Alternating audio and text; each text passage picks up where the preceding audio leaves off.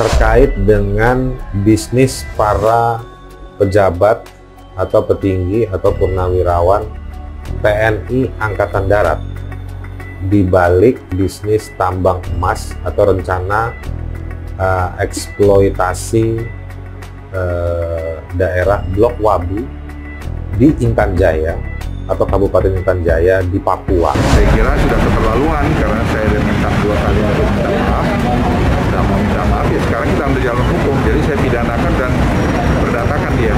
Saya ngomong bukan berdasarkan ngelindur, saya ngomong itu di YouTube, saya bikin acara di YouTube karena ada rujukan bahannya.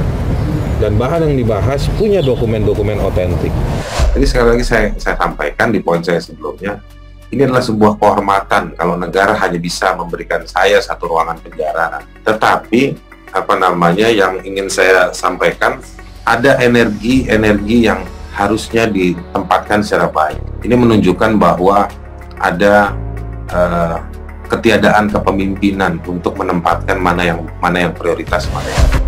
Fathia dan Haris jadi tersangka, silakan buktikan di pengadilan, ditulis oleh X Hardi dari siwar.com.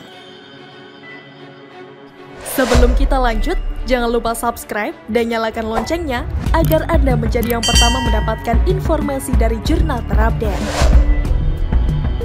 Setelah sekian lama menunggu kejelasan status Fathia Maulidiyanti dan Haris Azhar, akhirnya Polda Metro Jaya menetapkan mereka berdua sebagai tersangka kasus dugaan fitnah dan pencemaran nama baik terhadap Luhut Binsar Panjaitan. Laporan itu dibuat Luhut sebagai reaksi atas tayangnya YouTube bertajuk Ada Lord Luhut di balik relasi ekonomi Ops Militer Intan Jaya. Jenderal Bin juga ada. Dalam video itu, Fathia dan Haris membicarakan hasil riset terkait konflik di Intan Jaya, Papua. Hubungannya dengan tambang emas di sana yang mereka sebut turut dikuasai oleh perusahaan milik Luhut. Awalnya Luhut mensomasi mereka dan menuntut permintaan maaf, tapi mereka terkesan tidak meminta maaf. Penjelasan yang diberikan pun tidak memuaskan pihak Luhut. Saya kan harus mempertahankan nama baik saya, anak cucu saya. Jadi saya kira sudah keterlaluan karena 2 kali saya sudah meminta Haris Azhar dan Fathia minta maaf, nggak mau minta maaf. Sekarang kita ambil jalur hukum, jadi saya pidanakan dan perdatakan, kata Luhut. Saya sudah minta bukti-bukti, tidak ada. Dia bilang research tidak ada. Jadi saya kira pembelajaran kita semua masyarakat, banyak yang menyarankan saya tidak begini, membuat laporan polisi, tapi saya bilang tidak. Saya mau menunjukkan kepada publik supaya manusia-manusia itu yang merasa public figure itu menahan diri untuk memberikan statement-statement tidak bertanggung jawab, katanya. Mereka ingin mediasi, tapi apanya yang mau dimediasi?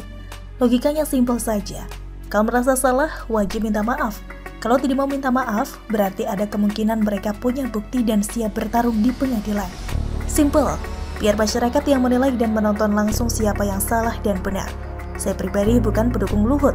Apalagi sejak Luhut bicara soal penundaan pemilu, saya jadi berpikir ada apa di balik semua ini. Tapi kalau soal Fathia dan Haris, saya rasa 2 orang ini sudah cukup keterlaluan. Pemikiran saya seperti ini. Kalau seseorang dituduh dengan sebuah isu, kalau dia merasa tidak bersalah, dia pasti akan melawan fitnah tersebut. Salah satu caranya adalah melapor ke polisi. Tapi kalau dia diam saja, berarti ada kemungkinan tuduhan tersebut benar. Dia tidak mau melapor. Bisa jadi karena takut kebenaran tersebut terbongkar di pengadilan. Meski tidak semuanya seperti itu, tapi sebagian besar pasti begitu. Seorang figur publik pasti tidak mau citra dirinya rusak, apalagi karena fitnah. Jadi dalam kasus Luhut ini, sepertinya memang dia merasa difitnah sehingga berani melawan. Malah Fathia dan Haris yang awalnya garang malah jadi ketar-ketir. Buktinya, mereka sudah memulai ajang-ajang untuk mengajukan pra-peradilan. Meski itu adalah hak mereka, tapi itu adalah tanda kalau mereka panik. Tapi yang membingungkan adalah mereka tidak mau minta maaf dengan dalih punya bukti. Berkali-kali mereka mengaku punya bukti, jadi memang pengadilan adalah arena paling tepat untuk membuktikan siapa yang benar. Mereka berdua akan diperiksa sebagai status tersangka. Tinggal dilihat apakah mereka akan ditahan atau tidak. Setidaknya, ini bakal jadi pelajaran bagi orang-orang yang merasa arogan karena terafiliasi dengan ormas, kelompok atau lembaga tertentu. Orang-orang seperti ini kadang harus ditindak tegas sesekali. Kita tahulah mereka-mereka itu kayak gimana. Sering aku bela rakyat, bela HAM, pemerhati lingkungan, membela agama, peduli kemanusiaan, peduli rakyat kecil. Tapi di belakang mereka juga munafik dan banyak drama. Bela sesuatu tapi ada udang di balik batu. Justru mereka ini yang paling munafik dan pantas ditampar biar sadar. Tidak ada makan siang gratis di dunia ini. Dipikirnya semua orang percaya kalau mereka membela sesuatu secara gratis. Saya bela Luhut yang memperkarakan Fathia dan Haris biar publik sadar siapa mereka berdua sebenarnya. Luhut sudah beri peluang damai tapi tidak dipertimbangkan. Lantas bagaimana kalau misalnya Luhut dinyatakan bersalah atau ada bukti kuat yang membuat Luhut terjepit? Ya memang begitulah politik. Saya pribadi bukan pendukung Luhut, hanya mendukung agar orang munafik, siapapun itu, dipermalukan di depan publik. Bagaimana menurut Anda?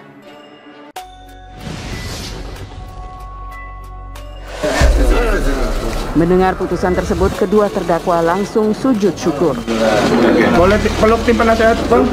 Kita tidak bisa menyangkal bahwa perbuatan itu terbukti, akan tetapi majelis hakim sependapat dengan kami bahwa perbuatan itu dilakukan karena pembelaan terpaksa. Maka saya tidak punya komentar apa-apa kecuali alhamdulillah kami menerima putusan itu. Vonis bebas dua polisi yang melumpuhkan Laskar FPI, Kadrun pasti ngamuk lagi, ditulis oleh X Hardy dari siwar.com. Sebelum kita lanjut, jangan lupa subscribe dan nyalakan loncengnya agar Anda menjadi yang pertama mendapatkan informasi dari jurnal terupdate. Ending mengenai nasib dua polisi yang melumpuhkan Laskar FPI sudah diketahui.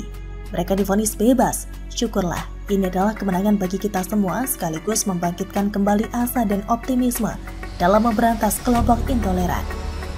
Bribtu Fikri Ramadan dinyatakan bersalah telah terlibat dalam insiden yang menyebabkan kematian dalam kasus kilometer 50, akan tetapi dalam rangka pembelaan terpaksa melampaui batas. Dia dinyatakan tidak dapat dijatuhi pidana karena alasan pembenaran dan pemaaf, melepaskan terdakwa dari segala tuntutan, memulihkan hak-hak terdakwa, menetapkan barbuk 1-8, seluruhnya dikembalikan ke penuntut umum, kata hakim. Ini adalah vonis yang lumayan mengejutkan, karena sebelumnya Ibrahim Yusmin Ohorela dan Bribtu Fikri Ramadan dituntut jaksa 6 tahun penjara. Karena keduanya diyakini bersalah telah terlibat dalam insiden yang menyebabkan kematian. Hal yang memberatkan adalah mereka telah menghilangkan nyawa seseorang dan tidak proporsionalitas. Hal yang meringankan adalah kedua terdakwa belum pernah melakukan perbuatan tercela. Intinya dua polisi itu divonis bebas. Syukurlah. Mari kita berikan selamat kepada mereka berdua yang menjalankan tugas dengan baik. Tapi, ada tapinya. Bagaimana reaksi kelompok sebelah, terutama Kadrun, yang selama ini membuat framing busuk? Bau-bau busuknya mulai tercium. Narasi mereka tidak akan jauh-jauh dari kecaman hingga mengancam soal pengadilan akhirat. Di kolom komentar berita yang menayangkan ini, sebagian ngamuk dan kecewa. Mereka merasa hukum tidak adil, dipermainkan seenaknya. Mereka bilang hanya di negara ini perbuatan menghilangkan nyawa bisa dibebaskan. Mereka bahkan beri peringatan dengan membawa akhirat. Itulah mereka yang memang terlalu stres, sehingga mereka ini panitia surga dan neraka. Padahal mereka juga yang salah dan bikin keributan. Ini soal hidup mati, dan kita bisa bayangkan kelompok sebelah tidak segan melakukan perbuatan nekat. Terpaksa dilumpuhkan, dan kalau tidak ada pilihan lain, maka akan ada korban jiwa. Coba kalian tunggu sebentar lagi, pasti akan ada banyak tanggapan dari kelompok sebelah. Sesatlah, tidak adil lah, rezim otoriter lah, kriminalisasi Laskar lah, pelanggaran HAM lah. Ketika dua polisi ini dituntut hukuman 6 tahun penjara, saya sempat merasa ngeri sekaligus miris. Bagaimana mungkin mereka menjalankan tugas tapi harus dituntut seperti itu? Lebih ngeri lagi kalau misalnya hakim menyatakan mereka bersalah dan menjatuhi mereka hukuman penjara sekian tahun. Ini bakal bikin penegak hukum gentar. Habisi maling salah, habisi kriminal salah, menghabisi karena bertahan hidup, melanggar HAM. Siapa yang mau jadi polisi lagi? Bagus tidur di rumah dan nganggur ketimbang konyol masuk penjara karena dituntut yang tidak-tidak. Ini bakal jadi kemenangan kelompok intoleran, radikal dan pengacau. Mereka bakal berlindung di balik HAM, padahal tindakan dan otak mereka jarang memikirkan HAM. Kan kampret namanya. Jangan sampai negara ini jadi lucu karena ada pengaruh tekanan massa dalam prosedur hukum. Kita tahu kelompok sebelah ikut memperkeruh situasi dengan meributkan masalah ini, sehingga terjadi tekanan dari publik. Buat para kadrun silahkan ngamuk sepuasnya, tidak usah bawa-bawa pengadilan akhirat atau bawa azab. Tidak usah sok suci dengan merasa sudah pasti masuk surga.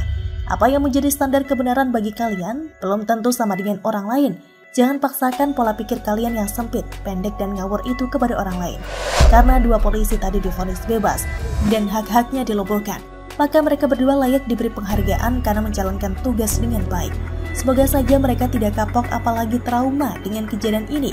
Negara tidak boleh kalah oleh secuil gerombolan pengacau negara.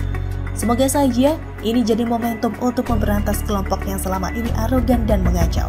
Dan rasanya tidak komplit kalau tidak membayangkan bagaimana reaksi Imam Jumbo di penjara setelah mendengar kabar ini. Pasti ngamuk lagi di dalam sel. Komat kami tidak karuan dan mengutuk dalam hati dengan sekesal-kesalnya. Next time, pemerintah harus lebih tegas lagi. Jangan beri mereka panggung sedikit pun. Berantas mereka. Mulut terbuka sedikit, langsung gebuk saja supaya tidak sampai teriak bikin gaduh. Bagaimana menurut Anda?